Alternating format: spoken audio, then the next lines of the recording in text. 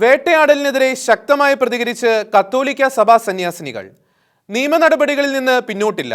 ഒറ്റപ്പെട്ട സംഭവങ്ങളുടെ മറവിൽ തങ്ങളെ വേട്ടയാടുന്നത് ഒരേ സമൂഹമാണെന്നും കന്യാസ്ത്രീകൾ വ്യക്തമാക്കി. വൈദികർക്കും കന്യാസ്ത്രീകൾക്കും പിന്തുണയുമായി കൂടുതൽ അൽമായ സംഘടനകൾ രംഗത്ത് വന്നു.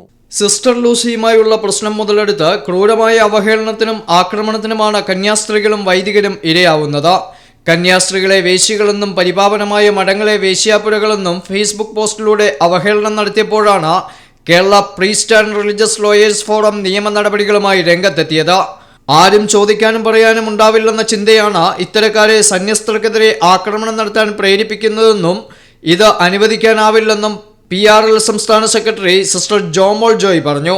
എപ്പോഴും നമ്മൾ ക്ഷമിക്കുക, മിണ്ടാതിരിക്കുക.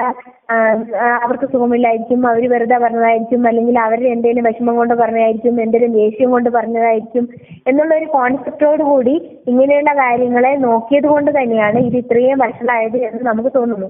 കാരണം ഈ ലൈസൻസ് വേശ്യാലയം എന്ന് രണ്ട് സിസ്റ്റേഴ്സ് ഇങ്ങനെ ഒരു സിസ്റ്റർ ലാമ്പ് പിടിച്ച് നിൽക്കുന്ന ഒരു ഫോട്ടോ, അതിനകത്ത് ലൈസൻസ് വേശ്യാലയം എന്ന് എഴുതാൻ ഒരു വ്യക്തിക്ക് അത്രയും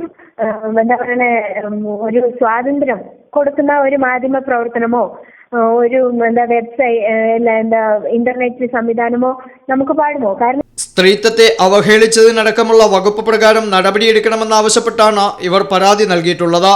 പരാതിയിൽ നിന്ന് പിന്മാറില്ലെന്നും സിസ്റ്റർ അറിയിച്ചു. ഏത് ഭാഗത്ത് വേണമെങ്കിലും കണ്ടിരിക്കുന്ന ഏതൊരു സന്യാസികർക്കും ഇതിനെതിരെ പ്രതികരിക്കാവുന്നതാണ് ICAC പ്രകാരം.